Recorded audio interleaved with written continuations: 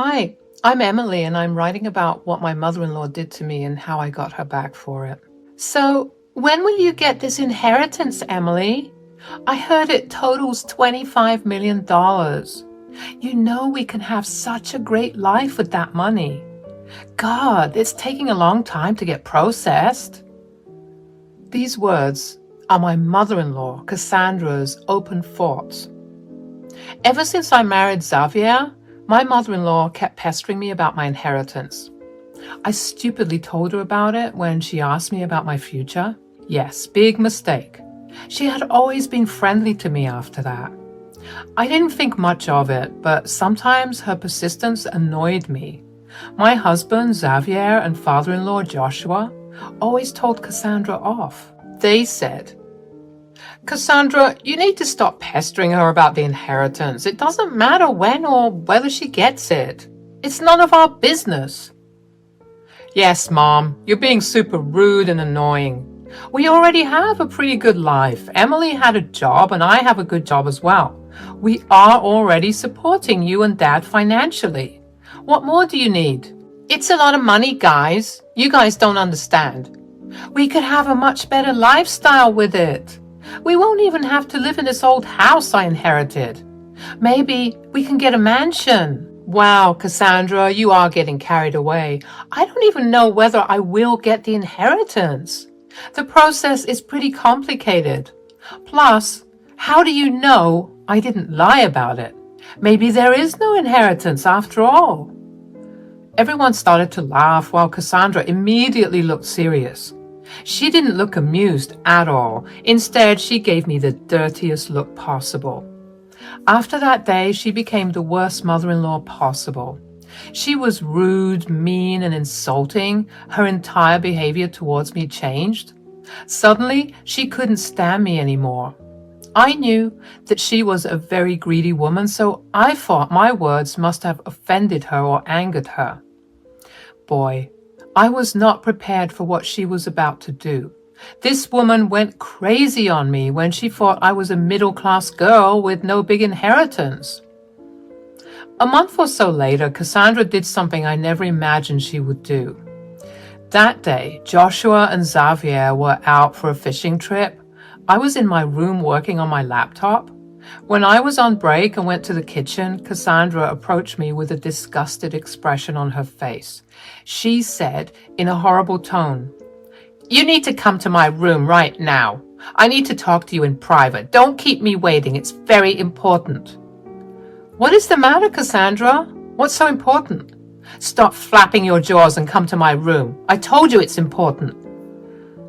I was unsure why Cassandra was calling me to her room. Somewhere in the back of my mind, the conversation of a postnup suddenly popped up. I was almost sure that this had something to do with the postnup. I didn't want to stay in suspense for a long time, so I followed her upstairs to her room. Once I walked in, she locked the door behind me. She literally locked the door and held the keys in her hand. I was dumbfounded and said, "What the hell are you doing, Cassandra? What is the meaning of this?" "I'm locking you in my room, Emily. Don't worry. You need to do just one thing to get out. Sign these papers right now and you can leave." "Are you mad? This is ridiculous. You locked me in your room to make me sign some papers? What's so important to these documents?" "This is a post-nuptial agreement. I got it made by a lawyer. You need to sign this saying that you won't claim a cent from Xavier in case you two divorce." "What the hell, Cassandra? Why would I sign something like that? First of all, Xavier and I are not getting divorced." "Oh, we will see about that, Emily. You can leave that to me. For now, you do me a favor and sign these papers. You can go ahead and read it, but it won't do you any good. I won't let you leave without signing this." I took the papers from her hand and started to read. I was really curious to know how she had prepared the clauses of the agreement. I read through the terms and was shocked. It literally said that Xavier and I couldn't claim anything from each other in case of a divorce. Hell, I wasn't even allowed to get alimony or anything.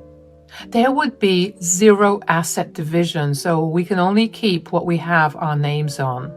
It was absolutely ridiculous, and I was immediately angry. I said, "What is the meaning of this, Cassandra? We never talked about getting a prenup or postnup ever. Why did you suddenly make this?" Things were different these years. I thought that you would get that $25 million inheritance so my son wouldn't need a prenup. But now I see that you are lying and gold-digging witch. You were useless to him and us. You will always be a financial burden to him. So you will sign this prenup, and then I will figure out how to get Xavier to leave you. Oh, now I see, Cassandra.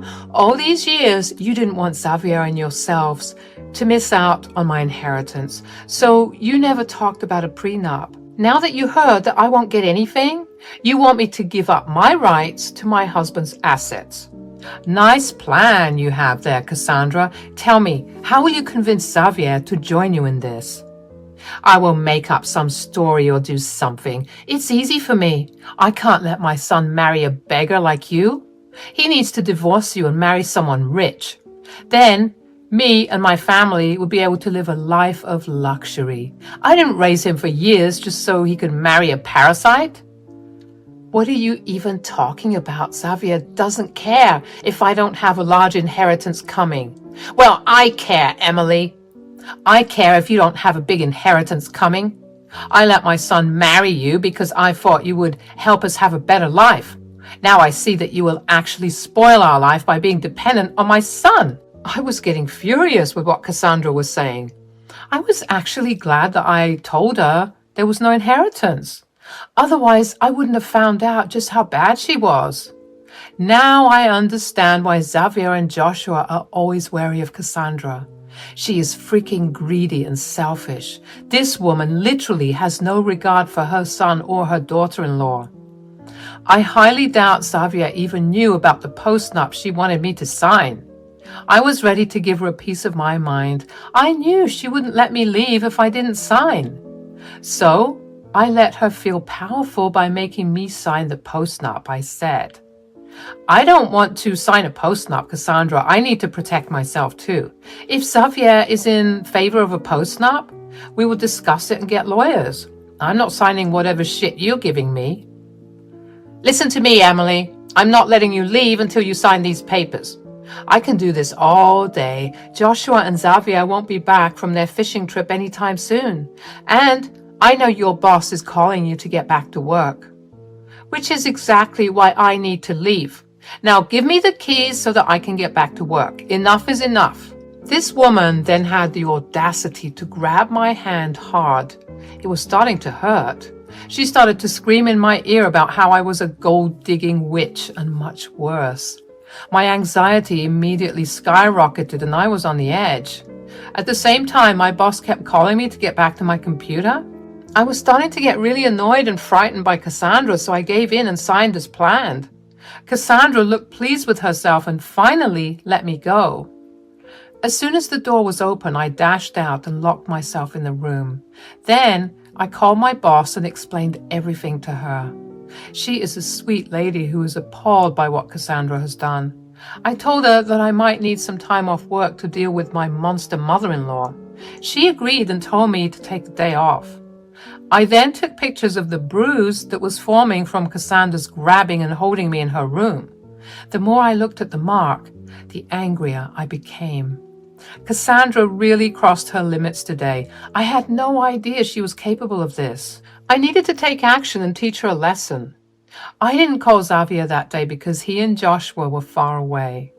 I didn't want to disturb them. Instead, I waited for them to return. Xavier and his father returned the next day in a good mood. They immediately became suspicious of me and Cassandra when we looked glum. They didn't know that we were upset for wholly different reasons. Xavier tried to ask me what was wrong. I told him to give me some time. Cassandra took that opportunity to call him and talk about the prenup. How did I know about this? Well, within a few minutes after Cassandra called Xavier over, he came storming downstairs. He looked pissed and said, "What the hell are these papers? Dad, are you involved in this as well?" "What are you talking about, Xavier? What papers? I don't understand." It's a freaking postnup that Mom made for me and my wife. It is absolutely ridiculous. I have nothing to do with this, Xavier. This is the first time I've heard something like this. Cassandra, what is going on? What will she say, Dad? She's only defending herself and nothing else. I'm protecting you and us, Xavier. This wife of yours is absolutely worthless. She will never help us have a better life. Instead, she will suck you dry. She's a gold digger, Xavier. She lied to you about her inheritance. What are you saying, Mom? What does Emily's inheritance have anything to do with us? You don't understand, Xavier. I know women like her. She will do something to hurt you and then take all your money in a divorce. You need to sign this postnup and then divorce her when the time is right. Then you can look for a better woman who won't be absolutely broke. Xavier absolutely burst into a fit of rage when he heard that. He started to berate Cassandra, and even Joshua joined him. I couldn't believe what I was seeing. Xavier was a complete mama's boy, so I was unsure if he would take my side. But now I could see that not only Xavier but also Joshua was fighting for me. They didn't even know the truth about my inheritance. Xavier had assumed that there was some problem with my inheritance, so it won't come through. They didn't know that I actually received my inheritance yesterday. After fighting for a while, Xavier looked at me with a question in his eyes. He said, "Why did you sign the prenup, Emily? You should have waited for me to come and solve this. You knew I would never agree with something like that. Why did you let Mom get away with this?" I know you wouldn't have asked for a postnup, Xavier. I trust you. You have always taken care of me without any conditions. I really did want to discuss the postnup with you, but I wasn't allowed to do that. Cassandra cornered me and shut me in her room with herself. Then she grabbed me by my hand and wouldn't let go until I signed the papers. I didn't have a choice. I was forced to give my signature. Xavier and Joshua were stunned to hear what I said. What concerned them even more was that Cassandra didn't even deny it or try to defend herself. She looked awfully confident and proud of what she had done. Meanwhile, my husband and father-in-law were furious. They looked at me with disbelief until I showed them the marks on my arm. Then, the two of them jumped at Cassandra. They said, "Mom, what the hell have you done to Emily? How dare you touch my wife? This is freaking assault. You literally bruised her. Cassandra, you have gone absolutely insane. How the hell did you think this was the right way to behave? Why are you two yelling at me? I did what was right for my son. I couldn't have let this gold digger take advantage of him. I am your mother, Xavier. I did this with your best interest in my heart. You hurt my wife for me? That's what you're trying to say? How can you be so cruel? Just because Emily isn't getting her inheritance, that doesn't mean I will divorce her. I didn't freaking marry her for money." But you promised you would give us a better life, Xavier. You said you would allow us to live comfortably. How would that happen if you don't marry someone rich? Cassandra, what is wrong with you? Xavier and Emily both take excellent care of us. Why the hell are you so greedy? Is this life not enough for you? Of course not. I know we can do better only if Xavier marries someone rich. With his status and job, he can easily find someone rich. Just think of how better our life would be. At that point, Xavier and Joshua started to scream and yell at Cassandra. After arguing with them for some time, Cassandra finally realized that she had been backed into a corner. She realized that Joshua and Xavier wouldn't take her side, so she decided to manipulate them with tears. She started to cry out loudly and said, "How dare you make me the villain? I was only trying to do what was best for everyone. I want a better life and I deserve it. I let you all live in my house and this is how you repay me. You do realize that this house is now a marital asset and I am equally entitled to it, right? I have every right to be here. I made Emily move in here so that we can take care of you. We literally shoulder all of our and your expenses, Mom. No one here is freeloading at your house. Actually, you know what? After what you've done, I don't think I'll financially continue to support you anymore. I'm done. Me and Emily will move out next month. I plan to move out too, Cassandra. All these years I put up with your greedy behavior because you never escalated. But today, you have crossed all your limits by assaulting Emily and forcing her to sign a prenup. I don't want to be with such a vile woman right now. Dad, you can come with us if you want. I don't mind taking care of you. You are not the one who betrayed me and Emily. Oh, really, Xavier? How will you move out? Where will you go? This girl is broke as shit, so she won't be able to help you anyway. You'll be staying in a shitty rented apartment while she destroys your savings. I know this was my cue to deliver some sweet revenge to Cassandra. At this point, I knew that Cassandra needed a wake-up call to see how stupid she was, so before Xavier could say anything, I said, "You won't have to worry about that, Cassandra. I will be perfectly capable of housing all three of us. It won't be a problem at all." Don't make me laugh, Emily. You don't even have a good job that will feed all three of you. Without my house, you will have nowhere to go. You are nothing but a broke gold digger. Actually, no, I'm neither broke nor a gold digger. I am actually quite rich if you consider the $25 million that I have right now. I mean, not all of it is in money, but I do have plenty. What are you talking about? You said there was no inheritance, and you lied about it. I was bored and irritated with your pestering, Cassandra, so I jokingly said that there was no inheritance. I had no idea it would trigger you this bad and reveal your true face. Trust me, Cassandra. I am now grateful that I joked with you that day. Cassandra was absolutely dumbfounded by what I said. Even Xavier and Joshua were a little surprised by what I said. I saw that the wheels were turning in Cassandra's head already. She was trying to figure out what she could do to make me her friend again. She started to awkwardly laugh and said, "Oh my God, you were joking? You were so silly, Emily. I thought you were serious about not having an inheritance." "That was very naughty of you, Emily. You should have said that sooner. We could have avoided all this trouble." "Oh, really, Cassandra? If I told you that I was joking, you wouldn't have made the postnup, right? And you wouldn't have tried to destroy my marriage, I guess." I got a little carried away, Emily. I really shouldn't have been so harsh. God, I didn't even give you a chance to explain yourself. That was super rude of me. Here, see, I have torn up the postnup. We don't have to worry about that anymore. No, Cassandra, you don't have to worry about my inheritance anymore. There is no way I am ever having a relationship with you again. If Xavier is still okay with us moving out and cutting contact, I am in this as well.